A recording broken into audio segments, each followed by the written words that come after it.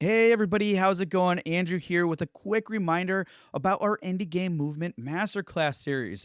If you missed it, I just highly recommend that you check it out. It was episodes 375 to 377 because we went deep on some of the most critical parts of game development, like how to hook and engage players through candid discussions and practical strategies with our guest, Patrick Rose.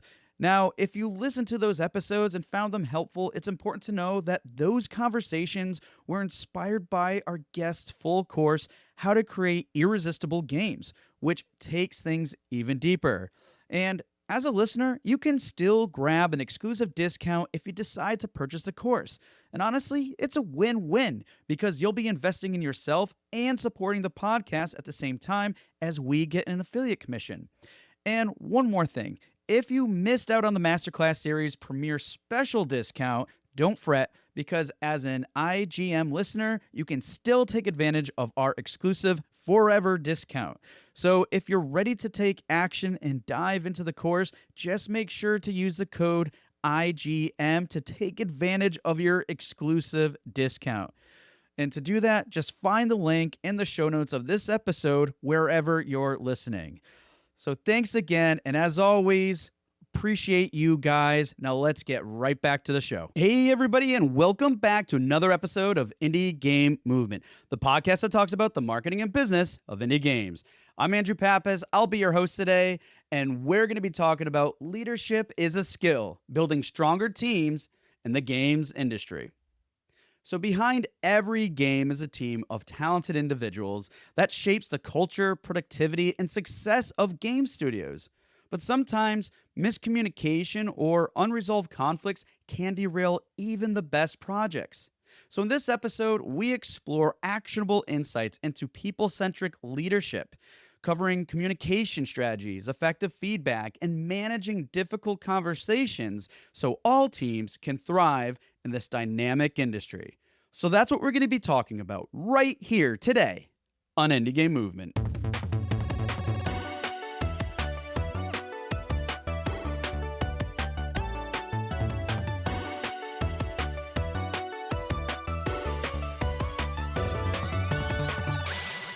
Hey, everybody, and we're back. And today with us, I have Andy Coley. Andy, how's it going? And thanks so much for being here with us today. Yeah, it's going really well for me. I'm very excited to be joining you on this podcast. I've had a listen for quite a while, and I was really, really pleased to be invited to come on tonight, or today, or this evening, or this morning, or wherever you are, listening to this.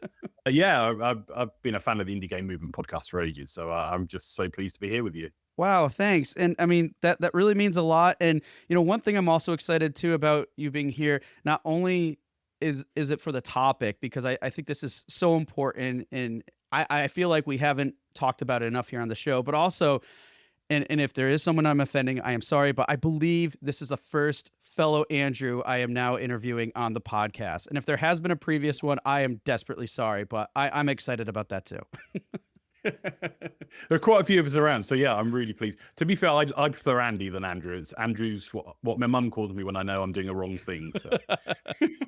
Yeah, my mom, it's funny, I have a similar story. My mother never liked the name Andy, and I was always okay with it, but over time, because of that, I was like, yeah, I don't like Andy as much anyways, but Andy, Drew, Pappas, it all works for me. But anyways, it's still good to have a fellow Andy, Andrew, whatever to on the show. All right, sorry folks, I digress. But Andy Coley here is with us, and he's a leadership development trainer, and specific. I mean, you provide leadership training programs for gaming industry teams like across the board. And I was just curious, like, could you give us some insight in terms of what that is and what does leadership training even mean for like indie studios and businesses and such? Yeah, I mean, no matter what size studio is, whether or not you're a small indie to a larger indie to a triple A studio, leadership is such an important aspect because typically people are not necessarily given very much training in how to lead teams. And I also often find the games industry almost like works upside down. I was talking about this earlier to somebody when I was chatting to them on the phone. Like in most industries, you start at a lower level. You start as a junior in some way, you go up through the ranks. It's kind of a quite corporate. You're working in banking, you're working in a tech sector, in hospitality and healthcare, whatever it is, and you start at the bottom, you get more experience and you become a lead, and they put you through some leadership training, and then you get to run the place. Now, of course, in games industry, often it's a group of friends, a group of peers, a group of people that just been made redundant from another studio somewhere else to kind of get together. And the people sometimes with the least experience in leading are the ones ending up at the very top. And then they start making their game because they love it. And then they get a load of funding. They start bringing other people in who are maybe senior and quite experienced and have worked somewhere, maybe with a bit more structure. And suddenly the leadership team at the very top and some of those lower levels suddenly find themselves with oh my God, how do I actually now lead more than just me and my mates, basically? Yeah, and it's quite an interesting process and everything, I'm sure too, especially when you're like going through that and you're like, oh yeah, like those moments happen, right? And I mean, in terms of your experience too, I mean, you've obviously been doing this for a while, but you're working across the breadth of like everything from like AAA all the way down to like indie studios and even like, other areas within the industry too, which I'm sure it can be dynamic and different, but at the same time, those principles are pretty much the same. But still, lots of experience in those places, and on top of that too, from some of the things, I mean, you're a TEDx speaker, and you even got an award for TEDx Speaker of the Year, which I think is quite amazing for anybody to get the accolade. For you to claim that too, and I mean, from training, I mean, what does that look like in some of your offerings in terms of, is it just like one-on-one? Is it like more team building stuff? Is it workshops, or is it a variety of those things? Yeah, so I often describe what I do as very much about people skills training. Mm. So most people will have technical skills training, or they'll have experience, or they'll have taught themselves. They'll have lots and lots of technical skill set and technical knowledge. That's what graduating from university, or just learning to code, as pretty much I did. I mean, I remember learning code from my parents with the Spectrum, and they used to spend hours and hours and hours coding to our Spectrum out the back of the Spectrum magazines, and then we had to sort of debug it because there'd be typos in there and it wouldn't quite work. And that's where my love and fascination of coding actually came from. But I often describe all the stuff that I do is not about the technical stuff, because that's typically where people are already in the role doing that. My stuff is about the people stuff. Some people call it soft skills. I like to call it people skills, although I have heard them called power skills as well, which I also quite love. And so everything I do is basically about, how do you communicate better as a person? How do you have difficult conversations? How do you lead with integrity in the way that suits, who you are as a person? If you're a little bit more shy or introverted, or, perhaps have some form of neurodiversity, how can you work with that to be able to lead the team and communicate better in the style that suits you? And so, everything that I do, from one-to-one coaching to workshops to talks to leadership programs that last over several months, all of those things basically come into one big heading of people skills. Yeah. And people skills, and it's so important there, because it's like, you're talking about skills in general and all these things, and how sometimes we might be really focused on the technical skills, but I mean, honestly, what you're talking about too in the people skills, so it's also calling out to that, leadership is a skill, and I think sometimes we may forget that, and I know we're going to dive a little bit deeper into there too. And I mean, just some other quick things to call out too, guys, is from some of the past experiences Andy's had, it's been working with teams at like Ubisoft and Meta and Wushu Studios and things, and just all these different areas. And as you can see and get a sense now, it's like across the board, various aspects of the industry. This is why, the skill leadership is so important. Now, before we get into our conversation and get to know you a little bit more, I'm just curious. I mean, with all the work that you're doing, I mean, what kind of things do you do to unplug a little bit, like to have fun and relax, if there are those moments to do so? I hope so. Well, there is occasionally a little bit of time to go out and maybe do some stuff that isn't being a trainer, or isn't being a parent, or isn't being a partner. And so one hobby that I've had for absolute years, and in fact, this weekend, we're recording this one on a Thursday, but this weekend coming up, I'm going to go off and spend the entire weekend live action role playing, LARPing. I've been a LARPer for well over 30 years. Somebody introduced me to it in my sort of mid-teens, and I'm now starting to rapidly hurtle towards 50. And And yeah, I'm going to spend the entire weekend basically LARPing in a system that's all about Vikings and spirits and fairies, and I can just basically completely switch off. Now, if you don't know what LARP is, and it sounds like you might know what LARP is, if you've ever watched Hawkeye, they did a bit of LARPing on that. There's quite an American version of LARP on there where they stood around the field dressing up and, Forsyth this and Forsooth thee, and, hit each other with rubber swords. It's a little bit like that. Basically, LARP is a bit like reenactment, as in, dressing up in armor and having swords, but it's kind of then crossed with a murder mystery and a bit of magic from the sort of likes of Lord of the Rings. And basically, it's like amateur dramatics. You act as if you're a character. And it's something that I just really love, being able to step outside of my normal stuff and just completely envelop myself with there'll be police officers there in their day jobs. There'll be judges. There'll be teachers. There'll be people the students. It doesn't matter what people's normal roles are, what their day-to-day job is. In that thing, we are playing our characters. And so one of the ways I like to switch off is to go and do a bit of LARPing. That's awesome to hear, because I mean, it's just it sounds so like interesting and different, and like I remember when I was first exposed to that. Geez, I think I was in high school, and it was interesting. I never got into it myself, but I always found it quite like, it's a game and experience in which you're actually getting out and doing things, and again, meeting people, all great stuff. Well, thank you so much for sharing that. And I think it's impressive staying with that all this, it's like that, and doing everything else to do, because I know, and we'll probably talk a little bit about it, because I know a little bit of the theme here is, I know you're working on a book too. I mean, you just got so many things going on. And speaking of going on, we probably should move on, but again, there's lots to unpack here today, folks. But first, we got to go through the Q box round. And for those of you who aren't familiar, it's just a series of random questions I prepared here for Andy. So, Andy, are you ready for the Q box round? Go on, hit me with it. Hit me with it. I love it. All right, name one thing that motivates you every day. So I think, aside from family, I guess what I'm working towards in that sort of family goal, I think the main thing is those little light bulb moments that you see that go on inside the faces of people when they're in a workshop or when they're doing the coaching. That it's made a big impact. Or people come up to you after a talk or after a course and go, oh, that thing there that we did, that made a massive difference to my life. I was running a course yesterday for somebody, and one of the pieces that I did around feedback meant that her fiance then proposed to her after 8 years of not doing it, because she gave her fiance some feedback using the model that I taught her, and then that led on to her relationship going to the next level. So it's those sort of things. And that was 4 years ago that I ran a training with this particular person where she first experienced that. So yeah, those little things that create an impact in the lives of other people, because they take what they teach you, just a small size smidgen of it, and they use it and do something with it. And it kind of just creates that in the head. Yeah, absolutely. That's such a good one. All right, next is, what's one habit you do to keep a clear and healthy mind? I think the main thing to do, especially when you're racing, doing, is to stop,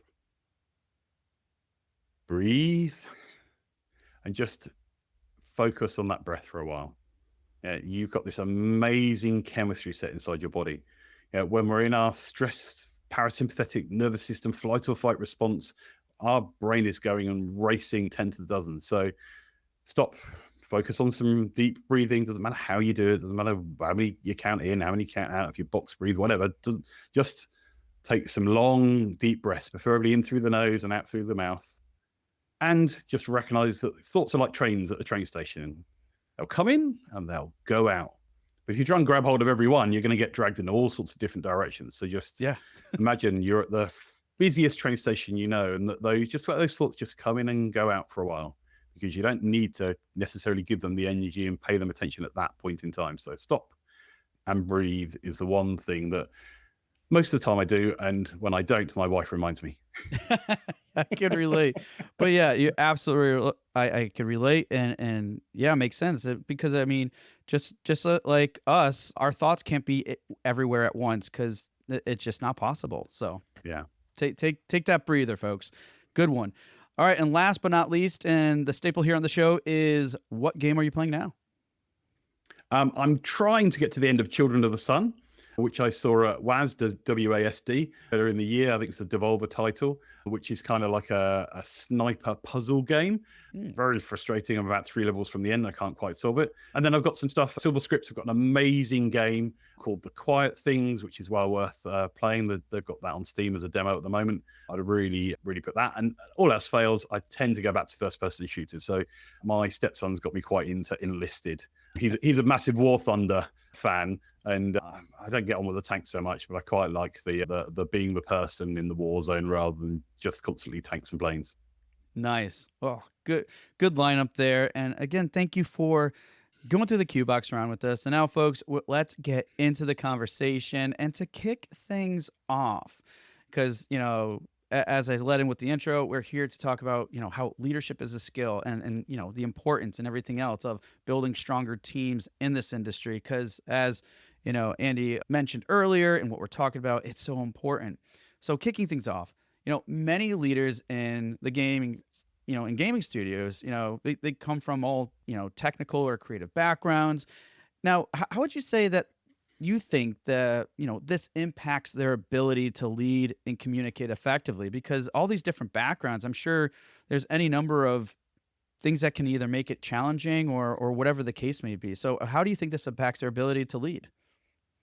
Yeah, I mean, first of all, knowing who you've got in your team, what are their strengths, what are their characteristics, what are the areas where you feel there might be some development work as well. Because typically people act and react in the way that they've had a behavior modeled to them. And some of those behaviors that we have, some of those shadows that have been cast upon us by other leaders work really well. They work, in a situation, and we can be really honest, and we're very trustworthy. We've got lots of integrity. Or maybe people have worked in places and situations, studios, wherever, environments where things have been a bit more toxic. And some of that stuff starts to rub off. And this is the whole thing about when you bring together a team of people, you have to get to know each other. And as a leader, you set the standard for how you want your team to behave. And that's the main thing to start to observe is, first of all, when you get that team coming together, and a team will, first of all, they'll come together and everything will be quite nice for a while. Everyone will be quite nice to each other.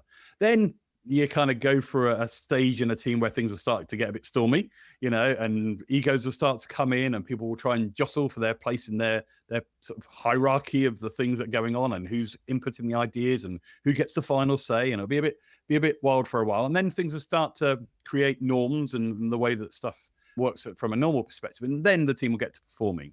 And that forming, storming, norming, performing is typical of a team. And then as a leader, you've got to ride that out and set the standard of behaviors. Yeah, how are you expecting people to speak to one another? How are you expecting them to discuss difficult conversations? And they look to you to show them the blueprint for how you want things to be. You can't just chuck a load of people onto a project and then leave them to get on with it. Not to begin with, anyway. They can only do that once you've shown them the way, you've coached them, the way you would like it to happen. Then you can start to let people get off and get on with it. But yeah, to begin with, you need to be a lot more in control in the situation, and then you can start to coach people, and finally you can just sort of trust them to get on with it. But they need the blueprint to be there, and that's what you've got to work on as a leader. Because remember, leadership's a skill. I mean, that's the title of my book. Yeah, so you can't expect to be great at it. There are going to be areas where you suck and other places where you're really good as a leader. And become a bit more self-aware of where those places are. Where are those limitations, and where are those elements where you feel that you're doing a really good job? And yeah, just get a bit more mindful about that from your point of view, and an awareness of what the team's going through too. Yeah, definitely.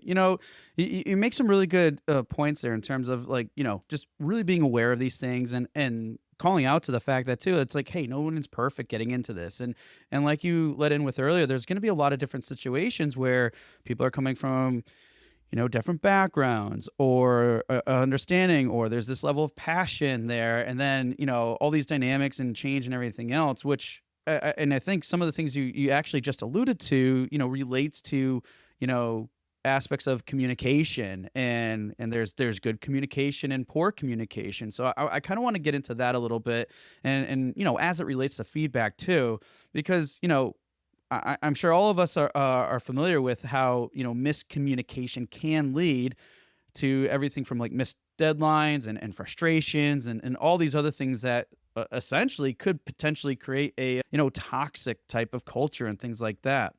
So, what would you say are some practical strategies for improving team communication in studios, especially when like these things are starting to rise?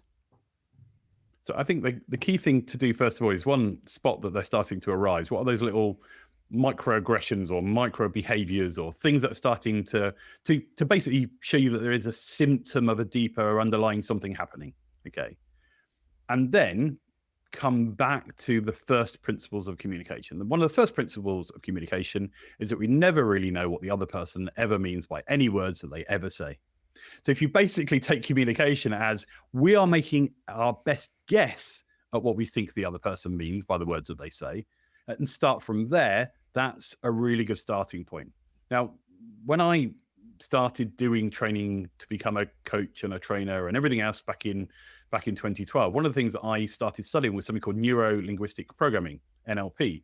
And NLP is basically the study of the way that you process information, how your version of the world becomes basically unique to you, and then how we, show that through our behaviors and the words that we use and the patterns and programs. So NLP is basically the study of what makes you you. So therefore, when we are using words, our words have specific meaning to us. Like we know what we mean by the words we say. If we draw a picture, we know what that picture means from everything we've drawn on the page to everything we haven't drawn. But when somebody else receives that picture, when they see that picture, they are then making an interpretation of what they think that picture means based on their experience and their past and their beliefs and their values. Mm. So one of the biggest things with communication, first of all, is to learn the art of understanding the other person's map. So in NLP, we talk about maps. We don't talk about reality. There's no such thing as reality from the point of view of a piece of communication. I mean, yes, things are real. Don't get me wrong. We're not going to go completely bonkers here. But if I asked everybody listening to this right now to think of a lemon, for instance, I want you to all think of a lemon. Okay. Now, some of you might have got a picture when you were thinking about the lemon. Some of you might have got some sounds from some place where you might have seen the lemon. Some of you might have got smells. Some of you might have got tastes. What about you, Andrew? When you were thinking of a lemon, what kind of lemon were you thinking of? It was funny because it's basically it was very detailed. I could see the pores on it, and for whatever reason, the lemon was completely illuminated where it was in complete blackness. Which maybe that says something about me personally, but otherwise, that's what I saw. So you saw a picture of an illuminated lemon in blackness with all the pores and all the other bits and pieces. Now, I would imagine that some people might have had a dark room with a lemon in it and a bit. But I guarantee you, if we actually delve down into the size and the shape and any other smells and anything associated, it wouldn't be the same thing. Yeah, a lot of people get a G&T with a lemon. Well, certainly in England anyway, gin and tonic. Other people think about a lemon. I always think about a lemon when I was on holiday in Italy, and somebody took a lemon out of a tree and cut it in half and served it to us baked on a barbecue for lunch. Yeah. So one word is going to get multiple different answers within the room. Just know that any word you ever use when you're talking about deadline, project, we need to get that completed. What does completed mean? I know what completed means to me. It might mean going through and make sure all these things are ticked off, all these tasks are done, and we've got to sign off from the client or whatever it is. Your version of completed might think you mean, I just need to get that Excel document done. So we need to establish what other people mean by the words that they are saying. And then we try and negotiate or talk about or overlap our different maps so that they make some kind of sense. Like if you go and buy a map of your local area, and then look at a map of your local area on the computer and then find one from your local museum that's got a map of how to get there, there'll all be maps of the same place, but with different landmarks, with different things, with different priorities, with different points of view. So the key thing in communication is to understand the other person's map first and foremost by listening, asking good questions. And these are all the things that typically, I take teams through is understanding how to find out from other people's maps, because most miscommunication is because what I thought you said is not what the other person intended you to think.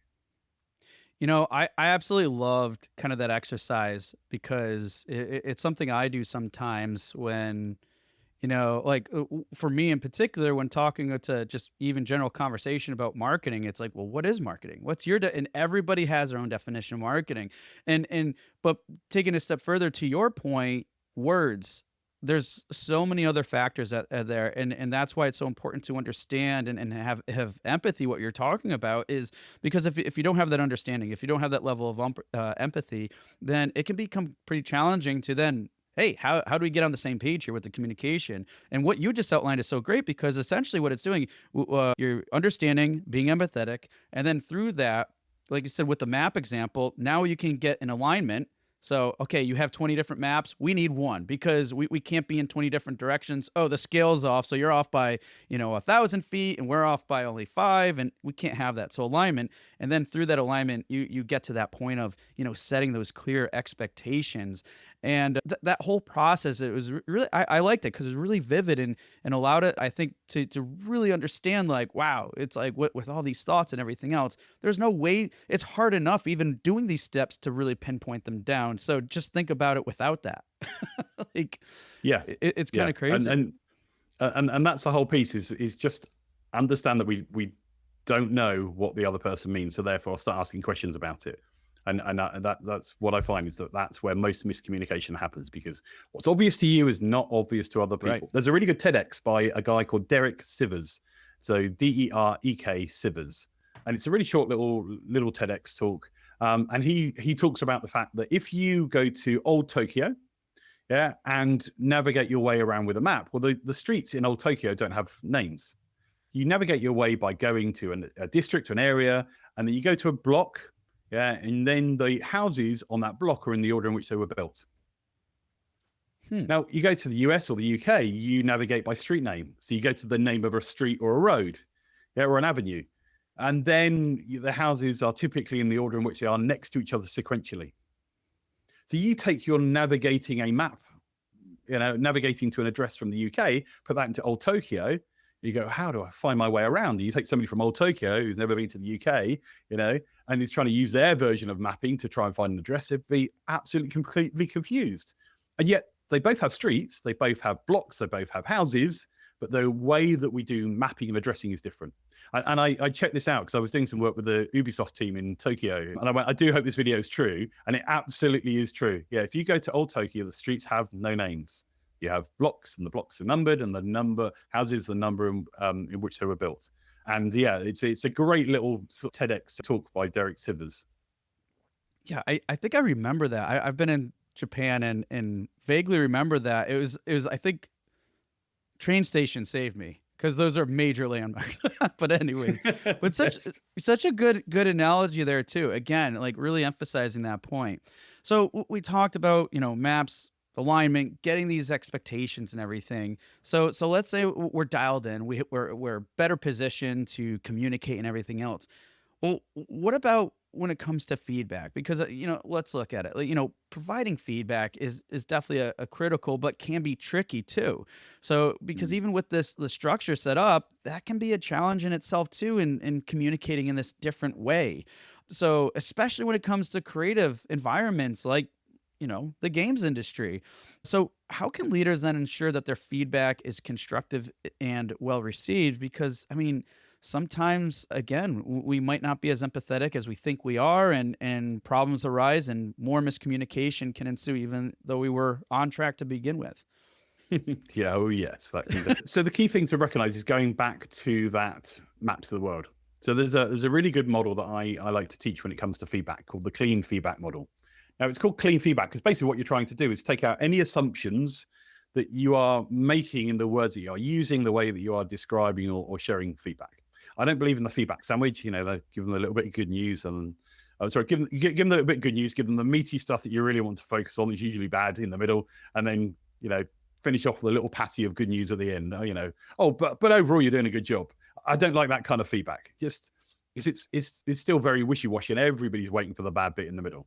So the clean feedback model basically breaks feedback down into 4 key components.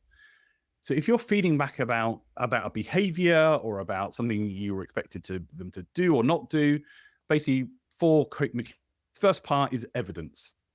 So what did you see or what did you hear? Okay. And you're explaining this from your point of view. I read this email. I heard this in a conversation. I saw this happen in a meeting. Okay. So, number one, evidence.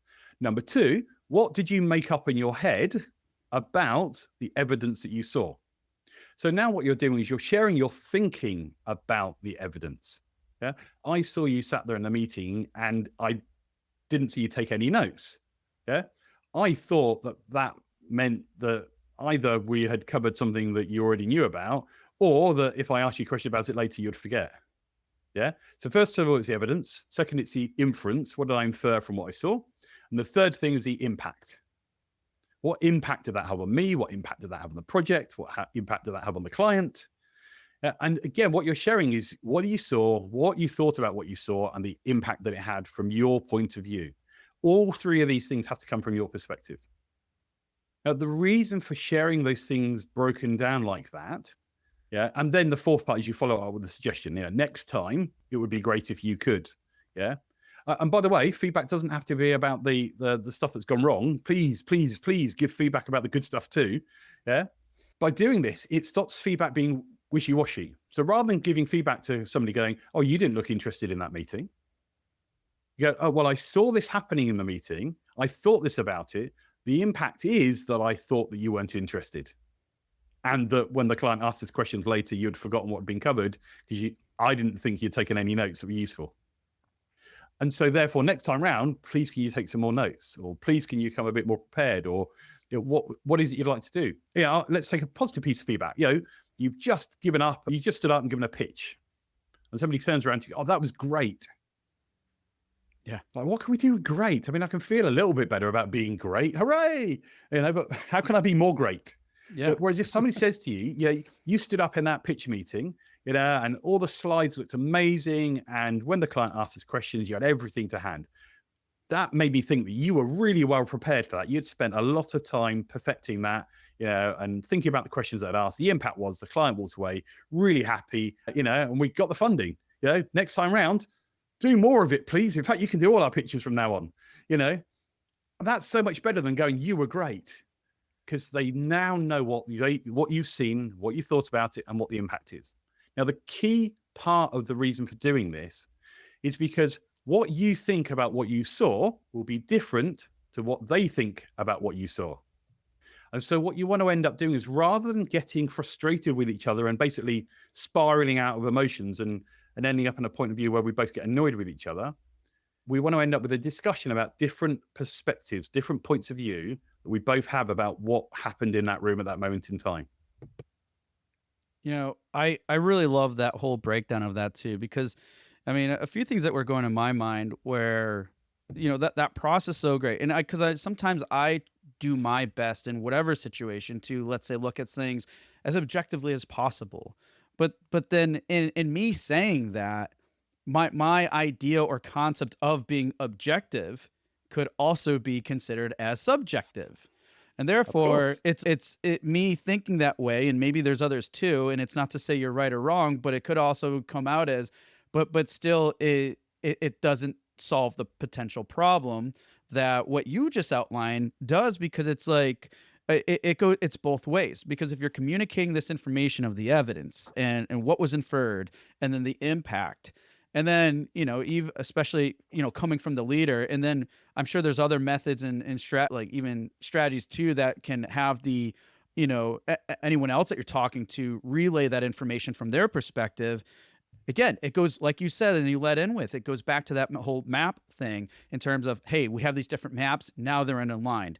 And now I have that clarity and understanding of what does great really mean? Because if I'm just hearing this or a few other things and not getting not getting clarity behind it, how can we do anything to move forward? Or maybe there's some progression, but maybe we're not at the level that we are more than capable of reaching within our studio, within our company and stuff. And that's why I love it, because what you just outlined there, that whole process, it is so much more actionable. And I thought it was great because I can see it on a micro scale and I could see it on a macro scale too, in terms of how this could be looked at, from just communication with your, colleagues, to communication with partners, to communication with audiences. it just goes so many different ways to really Yeah. leverage this. And this is the key thing, is this stuff has to come from your perspective. Because you will frustrate somebody by telling them what they are thinking. Yeah, it's Oh, almost like you're trying to gaslight them. You know, I yes. saw you do this. You must have been thinking that, right? Whereas Yes. if I say, I saw you do this, what I thought you meant by that was this, you're still sharing it from your perspective. You're not telling the other person what they were thinking. So, and then they can probably come around and go, oh, no, that's not what I was thinking. What I was thinking was this. And the reason I did that was that. And this was my perspective. You go, oh, that's interesting. Because when you're giving feedback, you also have to shut up and listen to their reply. Your feedback is not reality. Your feedback is just your perspective on what you saw. So you also have to be curious as to how they arrived at the thing that they did, because you won't know unless you choose to listen to the reply as well. Yeah. So just because you're giving feedback does not mean that it is right. Get curious about each other's point of view, and then you are far more likely for them to listen to you and for you to find out much more about them as well. Yeah, and plus, I'm sure it creates other opportunities too. You know, sometimes it's also good to set these expectations, but for them to even come even forward and share more information than maybe initially they wouldn't have, but there's that open communication. They feel comfortable and everything, and they understand the value that communication has, because as it continues to go, they realize the benefit of it because they get clarity, you get clarity. And again, because at the end of the day, we're all, for the most part, working towards the same goal. There's no reason why that should be prevented. No, absolutely. We're all there to do the best job that we can, to enjoy being at work, so that the more that we can give feedback about the small stuff means that we'll be able to give feedback about the big stuff. So yeah, having a culture of feedback is really important if you want the team to succeed really well. You know, have feedback Fridays. Give each other feedback on the stuff that's working well, on the things you'd like to change. Yeah, and as you alluded to earlier, all this stuff helps you in your relationships, interpersonal relationships with your family, with your kids.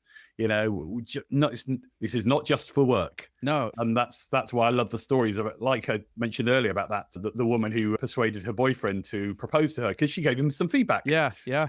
And you know, funny quick story on my end too. Like when I first started dating my wife, one of the first, I don't know why I said this, because I don't think I was as smart as I was then as I am now. Yes, but one of the things I said to her was, "Hey, if we're gonna make this work, we need to communicate. So if something's bothering you, just tell me why, or I'll ask you. Don't shrug it off." And it same goes for me. And it has been working. I don't see why it wouldn't have worked great, because again, when we got to those moments when like, why are they bothered? And then you find out that, oh, it wasn't me at all. It was this, that, but we Yeah. internalize these things. It's not good. So you're right. It carries over in all areas of life. So, Or we summarize it and we go, I'm fine. oh yeah, Uh-huh. I'm fine. Uh-huh. That Yeah, sound, I'm you sound fine. 100%. I'm glad you confirmed that for me.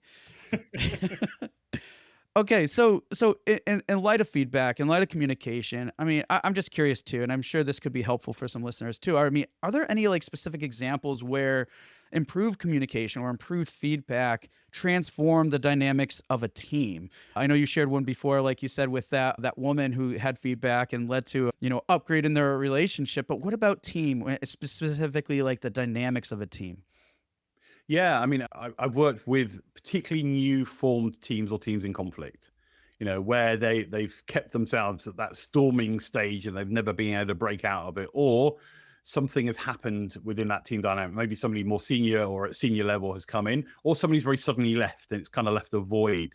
Mm. And yeah, I've spent time running facilitation sessions, and by going through that process and getting some of the elephants out in the session, which as an external coming in, it's really useful.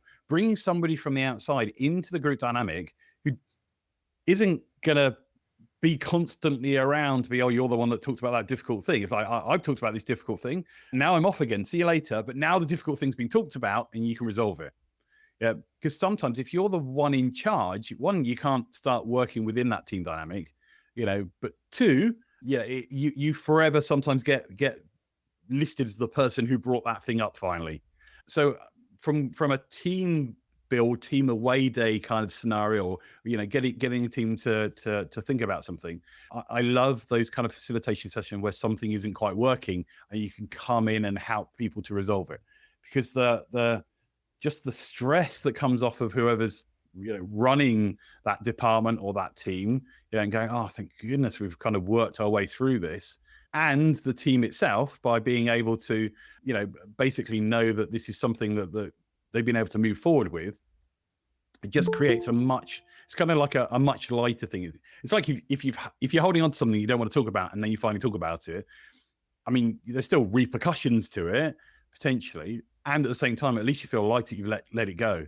So we just keep carrying stuff around. It affects the dynamics of the team. It affects the culture of the team. It affects the results of the team when these elephants sit in the corner of the room and nobody talks about them. So yeah, I've had teams who are deemed dysfunctional and have effectively at the end of it needed to go separate ways and do different things or go on to other projects, because that was the best thing for the team at the moment in time. And others where the teams have been so much more fixed and the results have been so much better. They're doing better work. They're much more got each other's back. They're starting to rebuild the trust. See, this is the thing, right? Trust is so important within your team. If you don't have trust, you don't have psychological safety in the team. And interesting that I think there's a statistic I read that only 18% of people, 18% of people trust their manager. Man, that's not good. Shocking. Yeah, No. it is. And think about it. Like if that level of trust is established, how is that going again impact the results, productivity? Being able to ask for support and help, and if you're struggling, being able to admit that you're struggling. Do you admit to somebody that you're struggling, or what? I'm not going to tell my boss because they're just going to sack me and bring somebody else in. Right. Yeah. And it's it's like a slow. It can be a slow, and even in some cases a fast. Not even decay. It spreads. And then when we in those moments, well after we look back, what went wrong?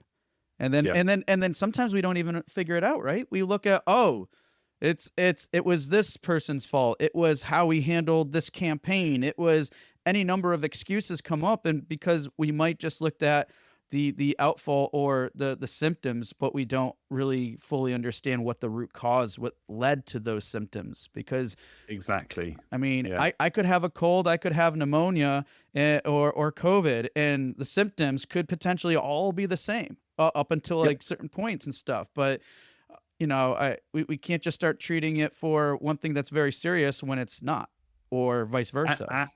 And it's okay if you're out of your depth and you don't know how to do this.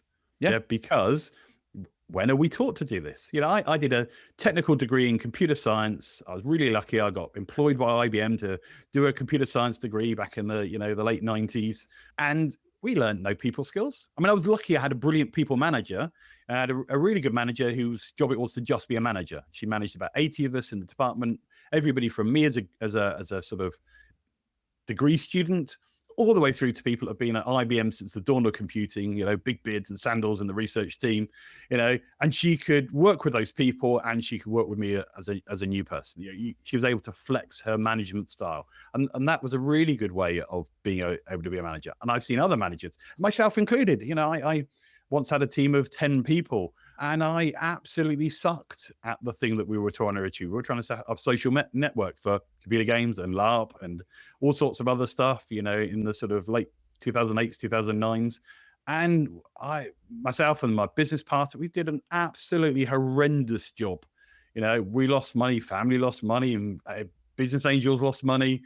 I sucked at it, but I hadn't realized how bad I was at being a leader. That I was a micromanager, that I was a control freak, that I wasn't able to admit that I didn't know how to, I was out of my depth. I didn't have any mentors. I didn't have any coaches. I didn't have any support. And I was doing my best.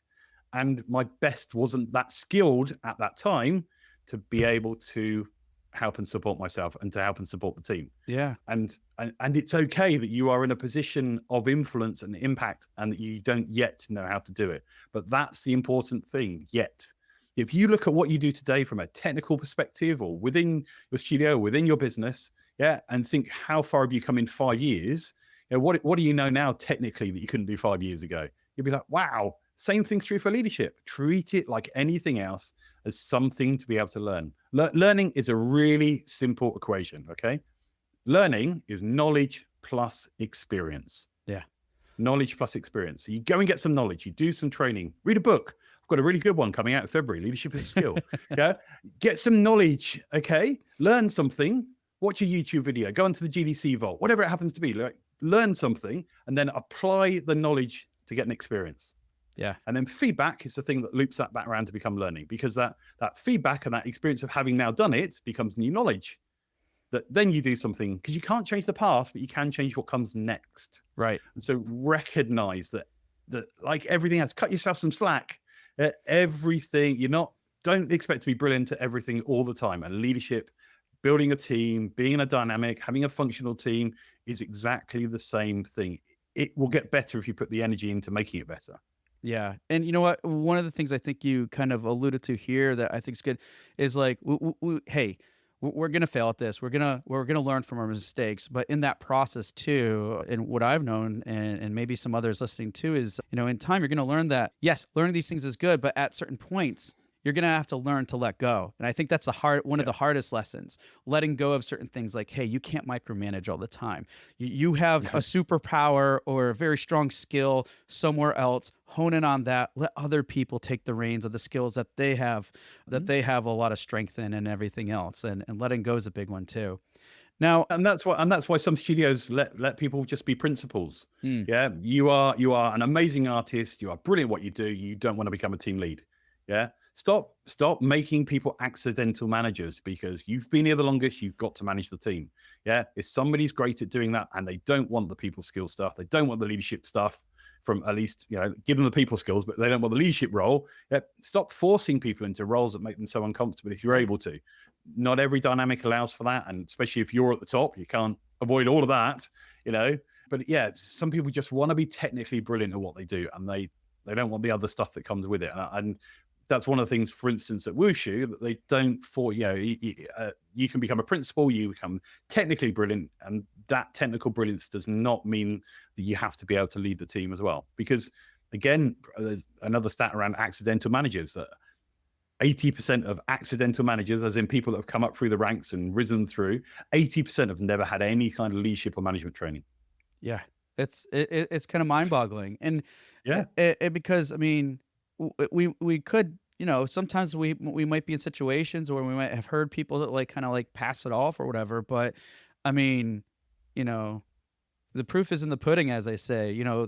It will lead to results if those things are improved in everything else, and what we've shared, with some of the examples that Annie provided too. Now, one thing that I want to talk about as before we close, because I know we're coming on time here. We talked about communications and feedback and all these things to consider and processes and stuff, which are so helpful. But even with these things too, it's funny. It's like we level up and they're like, oh, we might find ourselves in this position. And this one I'm framing here is handling difficult conversations, right? So what role would you say, everything from empathy and emotional intelligence, basically the stuff we were talking about before, play in resolving workplace conflicts, especially in high stress industries like gaming? So if we are getting into moments of crunch, if we are getting into whatever else that just raises conflict and stuff, are these things, are there certain other strategies or tactics that we can use, or some of the things too, to really help with these high stress conflicting issues? How do we go about navigating those? Yeah, first of all, think about your framing of the way that you're thinking about the conversation. If you're already expected to be difficult, what are you going to be looking for? Right. Difficulty. Are you looking for conflict? You think, oh, this is going to be a conflict, therefore you kind of don your armor and ready yourself for Armor the conflict. up. It might just be a conversation. You never know. But yeah, it's really important. The emotional empathy is one of the foundational things I teach straight away on leadership skills training. Because self-awareness, self-regulation, social skills, and relationship management, they are like the 4 pillars, of emotional intelligence. So being aware of what's going on inside of you, being able to regulate yourself. So if you're frustrated, angry, annoyed, that you have coping mechanisms to be able to deal with those things that are not temper tantrums and throwing things around the office. You have the ability to be able to build rapport with your team and manage relationships and have difficult conversations. And the key thing to those difficult conversations is really preparation for them. Okay. So one, if you perceive it's going to be difficult, have a think about that. Mm, Pay attention to other people's maps. But there's a really good little technique in NLP called perceptual positions. Okay. So that's about taking different perspectives before you head into the conversation. So first of all, if you're about to have a conversation with somebody, now I taught this recently, for instance, at Supermassive. So just went and ran some workshops on how to handle performance reviews, because they've got lots of managers and leads who are going to be doing the performance review process. Some of them will be fine and dandy, and they get on really well, and they know each other perfect. Others, they're going to have difficult conversations. Maybe they're not going to be a salary review, et cetera, et cetera. So the perceptual positions is really simple. You think about things from three different perspectives. First of all, first position is you. Right? So when I'm in that meeting, how am I going to be feeling? What am I going to be looking for? Well, what's my objectives? What's important to me? What do I want to get from that meeting? What am I looking for? And so you basically write those things down, piece of paper. Think, right, from my point of view, what do I want? What do I need? Okay. Now, if I'm coaching people, I actually get them to now change chairs, move to a different part of the room, okay? And maybe sit as the other person might sit. Like if you were imagining that they're there with you right now, how do you think they're going to be? And now, as that other person, you think through in that conversation, in that review, or in that, giving them feedback about something that's happened that maybe you'd like them to change. How are they going to be feeling when you give them that feedback? Do you perceive? Now, I know you don't really know the other person, but you'll have some. If you've been in a working team relationship with them, you probably know how they're gonna react. So how do you think they're going to be feeling? What do you think is important to them? What's happening in their wider world that might have had an impact on this stuff? What are their objectives? What are they looking to achieve? And ask the same kind of questions from just their perspective as well. Write them on a different piece of paper. And now you go to like a third position. Because often we will think about things from our point of view, and maybe we might step in somebody else's shoes, but very often we don't go to like a mentor or a guru. And so imagine there's somebody else now who's going to be in that conversation, who's able to give you advice. Like just that little voice on your shoulder that can just give you that little bit of help, a little bit of Ben Kenobi in the head of Luke Skywalker. Now's the time to fire that missile. What advice might they be giving you in that conversation that would make a difference? Yeah. What could the two people say to each other to maybe get on a bit better? How could they frame it? What needs to happen before the meeting or during the meeting that would make it better? Like if there was one golden nugget bit of advice that this person would turn around and give you, then what would that advice be? And you can picture anybody in that room, from your favorite video character, how would they handle it, to what would Janeway do if she was standing there with a cup of coffee, black, how would she be approaching it, to anybody whose advice you would respect at that moment in time, whoever your go-to person would be. And imagine being that person giving yourself advice. Because by doing that little bit of preparation from those three different perspectives, you're going to go into that meeting with more empathy. The more you empathize with them, the more curious you are, and the more you put your point of view across and then shut up and listen. There is a little analogy called wait. Why am I talking? And often we're talking to fill a void. So in the situations when you want to really understand and build bridges and find out what the other person's point of view is, present yours, have that discussion point, and then shut up and listen to the reply and be curious and understand their map. And that really makes a massive difference when you're having conversations that maybe before might have been difficult. Yeah, no, so many good points, and the one that stood out to me, and as you were saying it, it was I think they made like some reality TV show on this actually, was the second position, like kind of like being a fly on the wall or whatever. But this TV show was they had an owner of, let's say, various companies or franchises and stuff, and there was like reports that their employees were upset with how things were run. They're like, but I don't understand how this is possible. That doesn't align with my values and stuff. So then they go ahead and work at that location, and then they find out like, oh, like, like, like where they undercover boss, I think it's called in the UK. That's right. Yeah, exactly. So it's just kind of interesting too. Like, but again, it's like it doesn't have to be. You don't have to go undercover, but it's all about like putting yourself into other shoes and getting that understanding with everything else that you said. Because, and I love that last part too. Like when you're thinking about the advice of someone who would give you that you respect, I think what that's doing is resurfacing what your values are and stuff, and then aligning that too with like, hey, having that empathy and everything else. So, Yeah, Wow. definitely. Such really good tips there and everything else. And I know we're coming on time here, and I'm sure we could talk about this for a while, It but feels like it, doesn't it? definitely does. I mean, there's so many great things to unpack here. But based off of what we talked about today and everything else, what are some tips or suggestions that you can give to listeners, you know, that they could walk away with? Coming back to, yeah, just know that leadership, communication, conflict handling, having difficult conversations, running performance reviews, they are skills. And like any skills, you can learn them. Leadership is something that can be learned, honed, built upon. Remember, when you're learning anything, you are going to start off unconsciously incompetent. Like you don't know what you don't know. Then you'll become consciously incompetent. You're doing it, but you're still rubbish at it. Yeah. Till you become consciously competent, you have to think about it and you're still good at it until you become unconsciously competent. You just do it. So recognize that everything is a skill that you can learn. Tip number one. Tip number two, focus on the communication. Build the trust with the people you've got in your team, not just from a tech point of view, but being resilient, sharing your challenges, particularly if you're in an indie as well. What's the stuff that is inside your brain that you have concern with at the moment? Like people love helping other people out.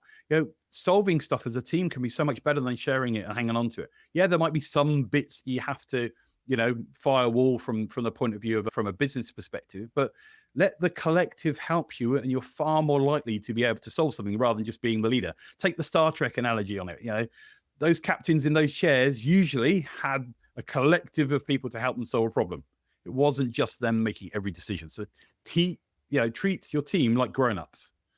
And then number three, enjoy leading teams. It's brilliant. It's so fantastic seeing team members grow, seeing them evolve, seeing them getting better at doing, at certain tasks, because, they're really fulfilling the stuff that brings them joy.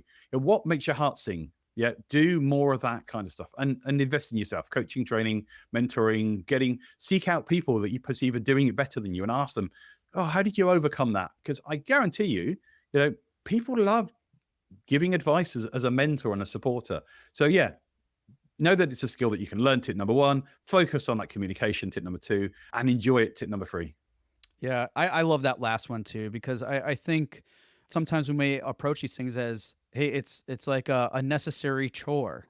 But if you look at it from that different perspective and leading with there's so much fulfillment that can come out of it, and you can really enjoy that. I think that's where, it gets you motivated and everything else. And if you're motivated and that carries through the rest of the team, I would say there's nothing that you can't accomplish with that type of attitude and carrying it on throughout everywhere else. So I would say all good. That's my favorite. So Fantastic. awesome. Well, Andy, can't thank you enough. But before we go, well, one, I mean, you've got a book coming out, I might have mentioned it. maybe a few times. Leadership is a skill, I think it's called.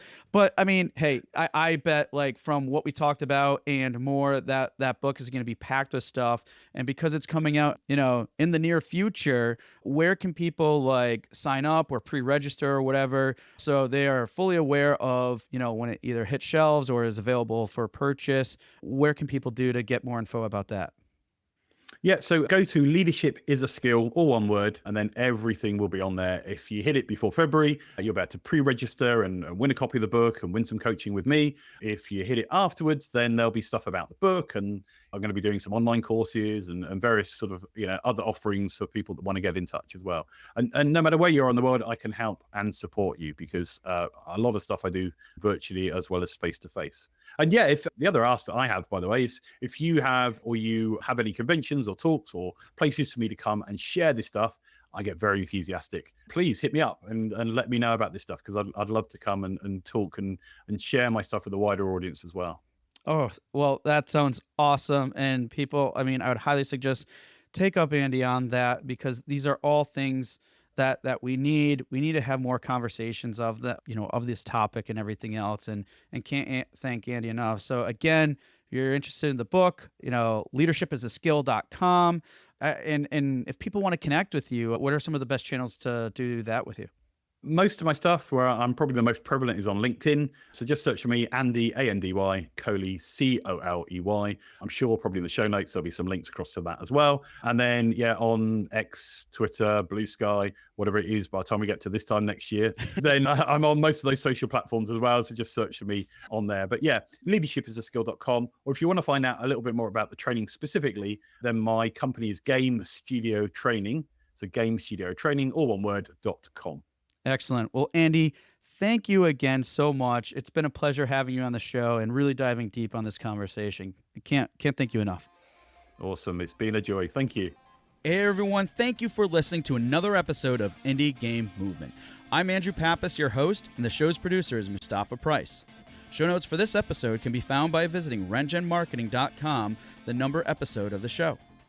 Rengen Marketing is a consulting marketing company that helps indie devs with their marketing efforts.